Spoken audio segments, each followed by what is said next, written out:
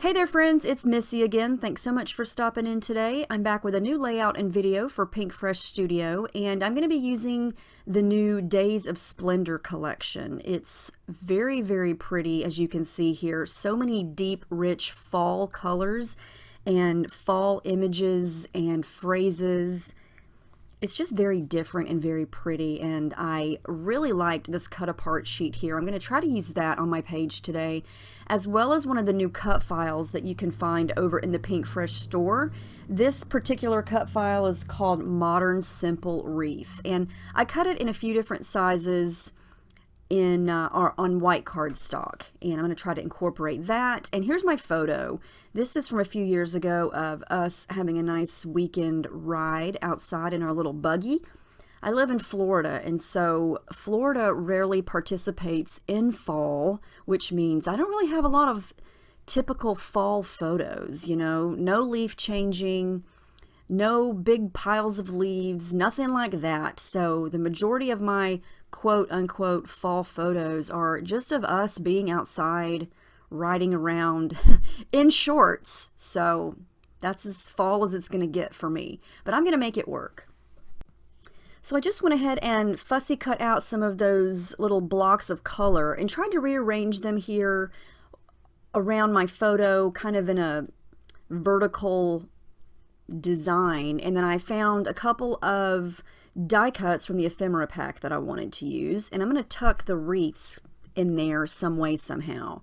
I like how that looks. I like the colors, so I'm going to put that aside and get to work on my background. And this is thick, smooth white cardstock, and I'm going to do some watercolor on it. So I'm going to prep it with some clear gesso, and this is the Finnabair Art Basics gesso, which I love. It's very smooth and it goes on cardstock really well. This is going to prep the cardstock for all the water and liquid that I'm going to add to it and allow me to have the colors blend together without just soaking right through onto the paper. So I'm going to let the gesso dry, and in the meantime I'm going to continue to work on my design here. I'm going to run each of these little cards through my edge distressor there. This is just going to kind of tear up the edges a little bit, make them a little bit textured and rough and uneven. And then I'm going to work on layering the photo. I just decided to use some white tissue paper as a layer behind my photo, and I like to do that because it creates a very subtle, uneven, textured kind of border around the photo, because it's cut, but it's torn. You know, you can fold it and tear it, and it gives the illusion of separation from the photo to the background, and it just helps it to stand out a little bit more. Also going to add some adhesive foam behind the photo there. This is just going to pop it up off the page to give it a little bit of height and dimension. So I'm going to get those little blocks of color exactly like I want them, and then instead of me having to rearrange them every time, I'm going to go ahead and glue them together so I can move it as one big piece, and it's going to be a lot quicker and a lot easier once I get going on the layout. I can just bring it over, take it off whenever I'm working on my background, because when I'm making a mixed media background, I like to do a little bit and then bring everything back, see how it looks. And when I have a bunch of moving pieces like this, it just makes it easier when I can move it all together, just like that. So let me see how this looks on the background as is. I want to see where I want to situate everything. I kind of wanted the photo to be a little bit more to the left at first because we're driving to the right. And so I didn't want the photo to be on the right edge because it would look like we were just going to drive right off the paper. So I wanted there to be room for the buggy to drive. I know that sounds crazy, but it's the same concept of when a person's face is looking across the page. I like to have that person have something to look at. So in this case, the buggy is going to be driving and going to have a little bit of space to drive. So I'm going to be using the Pinkfresh Studio liquid watercolors today, and I just mixed a couple of the shades there. I mixed, what's that color called? Sky Blue with Aquamarine, and then I dripped a little bit of white acrylic paint on it to soften it up. the color that I'm trying to get is in one of the squares. It's the very light minty color. So I don't want this to be dark and bold at all. I want it to be very, very light and subtle. And see how I'm able to dab up parts of this and you can't even really see it anymore? That's the beauty of the gesso. All of this spreading and blending and running of the color, the gesso is what allows that to happen. Otherwise, it would just soak right through, and whatever shape it is when it hits the paper, that's the shape it's going to be when it soaks through the paper. So all of this running and spreading gesso is what makes that possible, and I love doing this. This is what I call a color wash, which just means I want to coat a big chunk of the layout with a nice soft wash of color. And I find that when I want to really lighten things up, using white acrylic paint like this does a great job. And I just treat it like watercolor. I just add a little bit more water, use the brush, help to smudge it around, probably add more water, turn the paper this way and that way, and just kind of let it run and do its thing. And you get this really natural look. I'm not a huge fan of brush strokes. Sometimes I want them, but most of the time when I'm doing a layout like this, I don't want brush strokes. I just want it to look natural, like a big watercolor spot. So that's what I'm trying to achieve. I'm going to let the background sit for a bit, and I'm going to go ahead and add some adhesive foam behind the background element here. All those little squares. Well, those aren't squares, rectangles. And so now everything is going to pop up off the page. And I decided that I wanted to add a little bit of green to this. You can see how soft the background is. Very, very soft. So I went for the mini ink cubes from Pinkfresh Studio. And this color is called Olive. And I just kind of made it watercolor by dabbing the ink pad onto my little stamping block there and then adding water, and you get instant watercolor. And so I thought that I would just add some green splatters, and then that led to me adding more water to it. So there's going to be a little bit of green on this layout. And I actually like this. Hadn't even planned on really having any green because there's a lot of green in the photo and in one of the squares, and then in some of the things I'm going to add later. But again, things just kind of happen as the layout goes, and I'm really glad that I added this green. I think it adds a little more interest to the background, and it kind of changed color once it hit the gesso. I have definitely found that out in my experiments with using the ink cubes on top of gesso. Sometimes when you do that and then I add water to it, the color changes slightly. And in this case, I really liked how that looked. You can kind of see there how the green looks when it's wet versus when it dried and I dabbed it up. It kind of turned a completely different green. So it looks like I used two different colors, but it's the same color. So I think that looks cool. I really like that. So I'm going to go with it and just keep working on the background and keep working on the layering. So far, this is what I have. I'm going to use the two cut files there, like you see. And then I decided around the top and the bottom of the photo, I wanted a little bit more of the minty aqua color. So I'm going to come in with another one of the mini ink cubes. This color is called Ocean Breeze. And just kind of darken it up a little bit. And it's still a very light color. But I'm going to go around in some spots and just scrape the ink pad right on top and then add some water. That's another way to use these little ink pads. You know, you don't necessarily have to just stamp with them. They become watercolor really, really nicely. Whether you stamp it onto the stamp block like I did earlier with the green, or whether you smudge it right down onto the background. However, let me say this. If you're going to smudge it right on top of the paper like I just did there, you want to have gesso down. Otherwise, it's going to look exactly like it is when the ink pad hits the paper. Whatever that looks like, that's pretty much the way it's going to stay, because it's going to stamp right through onto the paper. You're not going to be able to activate it with water. So definitely gesso if you're going to do that technique. Okay, so I got this like I like it. I'm going to start to bring in some die cuts. These are the ones that I picked from the Ephemera die cut pack. There is an entire pack of floral and leaf die cuts that I just dumped out there. As you can see, there are a ton. So I'm going to try to wedge in a few of those using the colors that I've got in those blocks, kind of in and around the wreath that I've got there on the right. And I want the leaves to kind of flow in the same direction as the leaves in the wreath to kind of continue the whole idea of this circle. So I wanted to pull in various colors in a certain area. So like the little leaf, no, that's not a leaf, like a little floral sprig there with the red at the bottom. Since I've got the red block up at the top, I wanted to bring a sprig of red down to the bottom. Same thing with that pinky purple color down underneath the word together. I added a purple pinkish colored leaf up at the top right above the photo. So I'm just trying to scatter the colors around the layout. That camera matches that burnt rusty color that's right above the photo. So I'm going to add that down to the bottom there.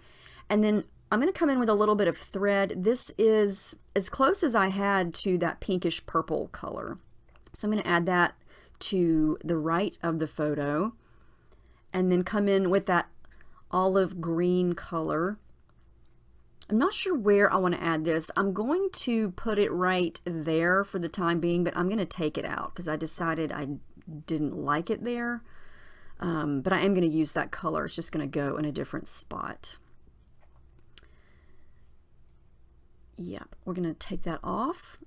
And then I'm going to, yeah, my paper is kind of warped. It's kind of hard to tell from this angle, but I'm going to wind up having to flatten this out a little bit after I glue things down. Oh yeah, I forgot, nothing is glued down yet, right? So that's what I'm going to do now, very carefully without moving anything. I'm using the Scotch Tacky glue. I love that glue. It's pretty much the only glue I've used in years. Love it. Works really, really nicely. I'm going to start to glue things down, and then once I get most of this glued down, I'm going to take a big long break. You won't know that because of editing, but what I'm going to do to flatten this out is I have a big chunk of cardstock, like a big paper pad of cardstock that's pretty heavy, and I like to place that right on top of my entire layout and just leave it for a while, sometimes overnight, and just make sure that everything is smushed down flat as it dries, the glue, and the edges of the paper will be a little bit flatter and it'll be easier for me to finish later. I got a puffy sticker there that I'm going to stick in. Yeah, this collection comes with puffy stickers, regular cardstock stickers, the fabric bows, all kinds of goodies. The envelopes, this one's even got some stitched, a whole pack of stitched tags and ephemera. So lots of pretty things. And I didn't have to struggle with a title for this layout because the together piece just worked. As soon as I saw it, I thought, ooh, that's perfect for my title. And then that little wonky green circle that said happy moments, happy little moments, it was perfect. So title was pretty much done before I even started the layout. And that's so funny because sometimes the title is the last thing that I'm trying to figure out, and it's a struggle. So, you know, every layout's different. That's where the green thread's gonna go. I decided to put it up there, and I like it right there a lot better than where I put it the first time. So I'm searching for another little pop of red because I feel like I've got the big block of red and then that little sprig down at the bottom of red, but I want a little something else because that seems to be the most bold, rich color, I think. And I don't want it to be overbearing because you know, first and foremost, red is a scary color for me to scrapbook. I don't know why, just red is not my color, but I like how it looks blended with all these other colors and in small doses. So that little tiny flower, I found it on a die cut and I just kind of cut the little flower off, and that's what I'm going to use. And so now I can see 3 points of red, and I like that. I don't want to use too much of it. I just want it to be kind of subtle. I'm trying to decide what I want to do to the right of the photo. I like this little floral cluster, and it also has red on it. So now I've got a couple more points of red, and I feel like that's plenty. I'm going to come back in with that olive green thread and add a little bit on this side because I feel like I've got pink and green over on the right So I need something to balance that over on the left. And I love how that looks. I tried to do a little bit of tone on tone here. So I found that cozy sticker, and it was the exact same color as that rusty, that's the color I think of when I see that brownish color, rusty block of color. So I'm going to stick the cozy sticker there. It's a chipboard circle. And then I'm trying to find something red again to put on the red, I keep wanting to say square. It's not a square. The red rectangle, the red block. Because I feel like those two squares up at the top are kind of just plain.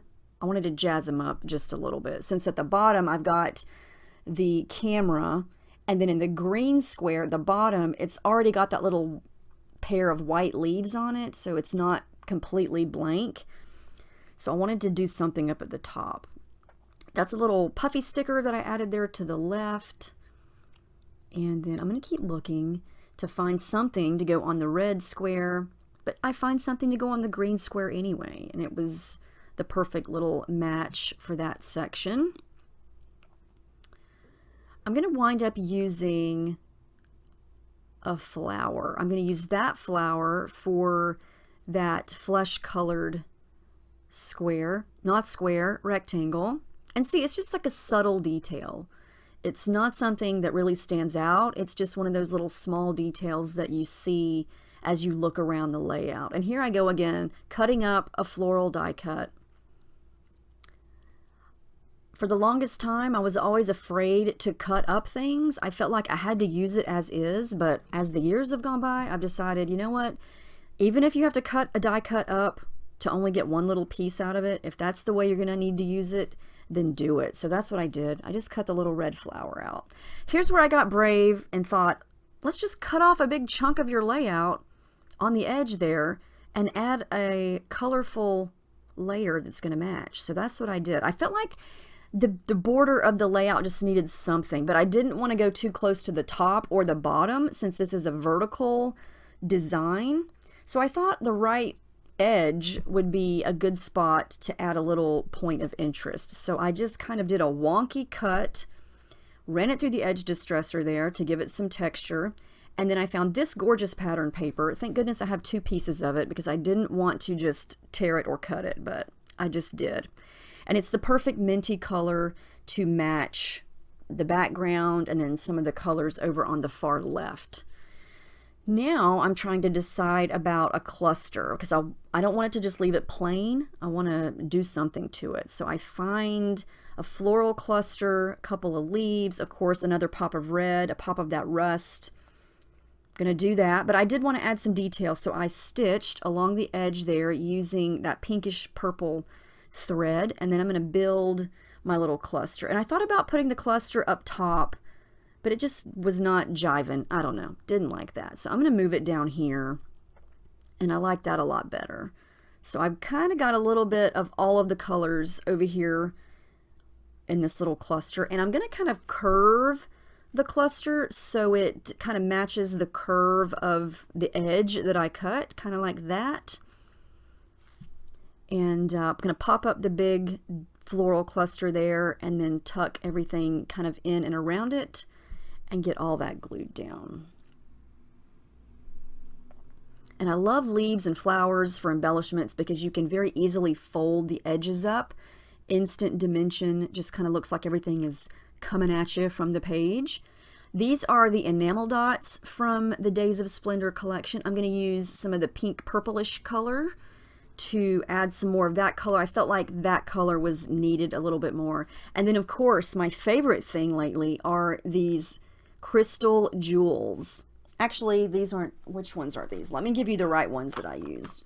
These are the jewels, Essential Jewels mix, and I'm using the green ones. And these are basically rhinestones with this iridescent finish. I'll show you in just a second here. I just scattered those around the page, but those are so cool. I love those things. I want to use them on everything. They just always match. They always add the perfect touch, the perfect bling. And they're flat on the bottom, and they come in 3 different sizes. Oh, they're awesome. I'll link everything that I've used today. I'm going to link down below where you can get it in the Pinkfresh store. But we're almost finished here. The last thing I'm going to do is add my journaling right there at the bottom, and that's the final layout. I really enjoyed doing this. I really like how it turned out. The color scheme was definitely out of my comfort zone, which most fall related collections are a challenge for me because I'm more of a summer girl, but I do like the challenge. It forces me to scrap photos that I don't really scrap that often, like this type of photo, so I really enjoyed playing with these goodies, and I can't wait to make another one. So I hope you enjoyed this. I hope it inspired you to get your hands on this collection. Again, it's called Days of Splendor. It's so pretty. I hope you guys enjoyed this. Let me know if you have any questions, and I will see you in my next video. Thank you so much for watching.